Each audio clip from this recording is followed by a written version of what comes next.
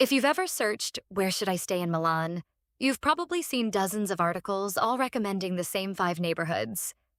But here's the thing, there isn't one perfect answer. The best place to stay in Milan depends entirely on the kind of trip you're planning. Welcome to the Townhomes Milano podcast. We offer thoughtfully designed, fully furnished boutique apartments just a short walk from Milano Centrale, with flexible short and midterm stays for travelers who want to experience Milan like a local.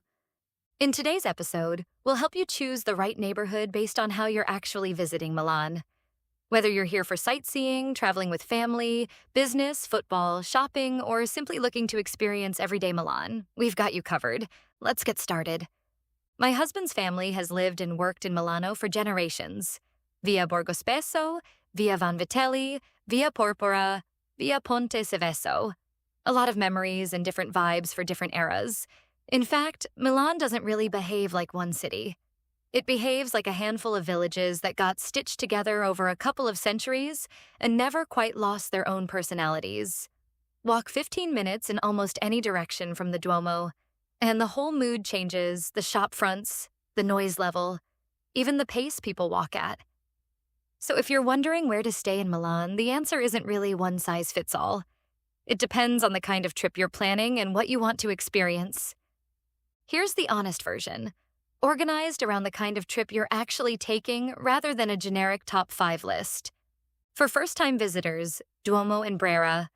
If it's your first trip and you want to wake up, step outside, and already be in Milan, this is it. The Duomo area puts you within walking distance of the cathedral, the Galleria, La Scala, and honestly, most of what people picture when they picture Milan.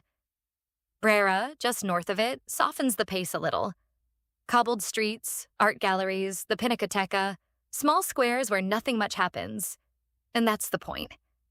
Worth knowing, this is Milan's busiest and most expensive area, and the Duomo metro station can attract pickpockets, so just follow the usual big city precautions.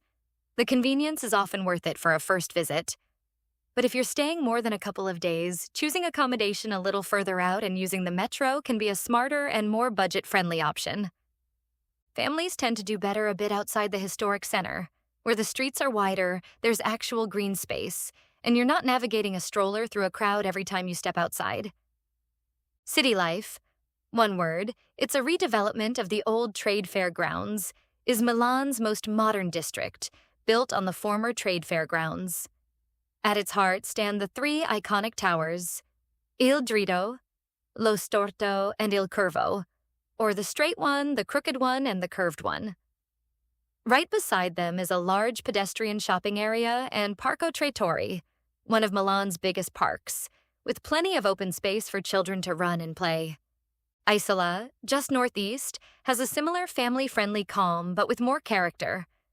It's Milan's design and arts district, home to the Bosco Verticale, vertical forest, towers, and a lovely little park.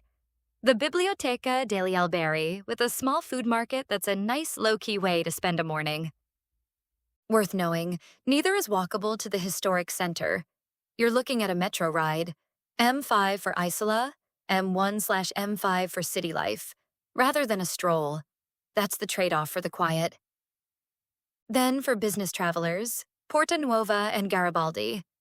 This is Milan's financial and business district, perfect for travelers who need everything to be fast, convenient, and well-connected.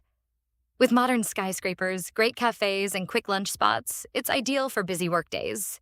It's also close to Milano Centrale, making it easy to catch high-speed trains to cities like Rome, Bologna, Turin, and Venice.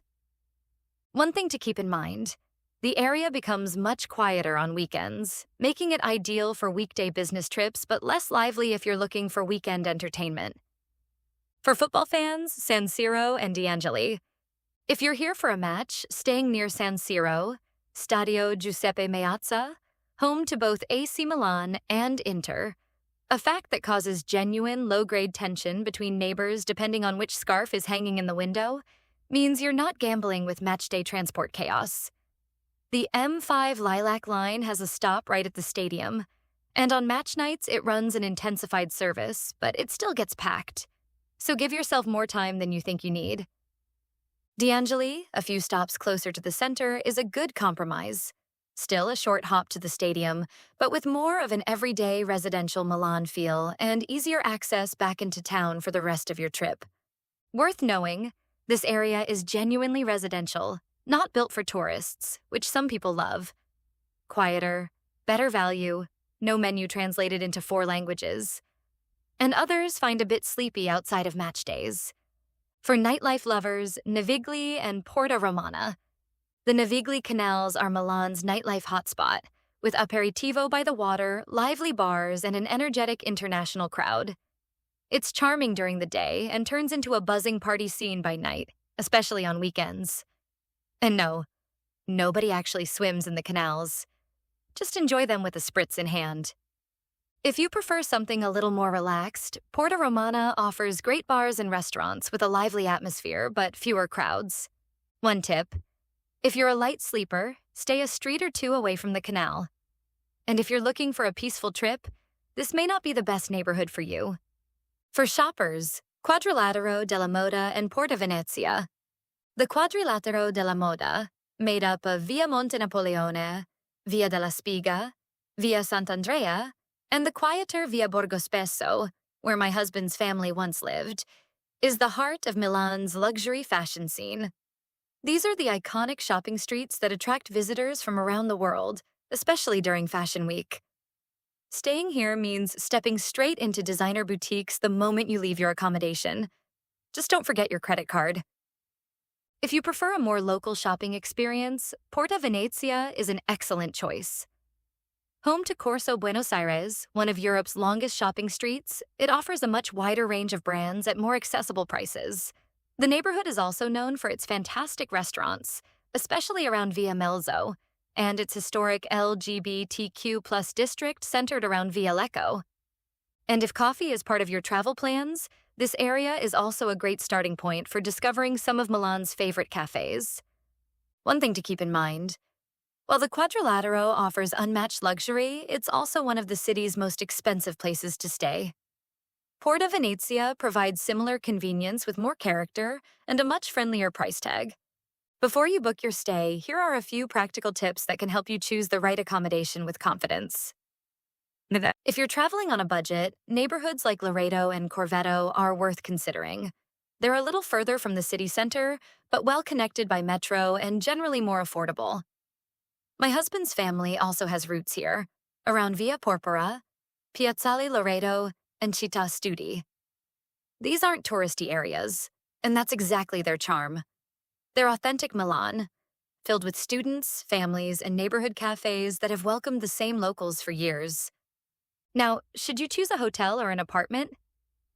Hotels are ideal for shorter visits, but if you're staying 4 nights or more, traveling with family, or simply want more space and a kitchen, an apartment often offers a more comfortable experience.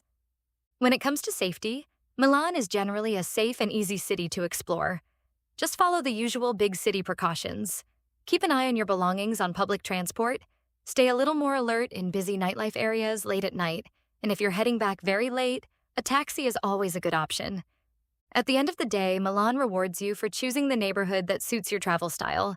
And wherever you stay, you're never far from the rest of the city thanks to its excellent metro network.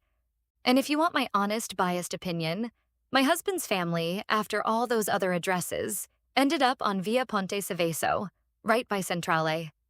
It's where our own apartments are today, which either means we're extremely consistent people or we just really like that end of town. Possibly both. If Milan turns out to be more than just a quick stop, our midterm living apartments are made for settling in rather than simply passing through. Moving to Milan for a semester, a new job, or just planning to stay long enough to want your own kitchen and front door? Our Milan townhomes are built for exactly that kind of stay. A real home near Centrale, not a hotel room with the whole city, and beyond, a tap away. Thus brings us to the end. Thanks for listening to the Townhomes Milano podcast. If you found this episode informative, don't forget to like, share, and subscribe for more local tips, neighborhood guides, and travel inspiration from Milan. And if you're planning your visit, explore our boutique apartments for short and midterm stays at www.townhomesmilano.com. We'd be delighted to help you experience Milan like a local. Until next time, arrivederci, and thanks for listening.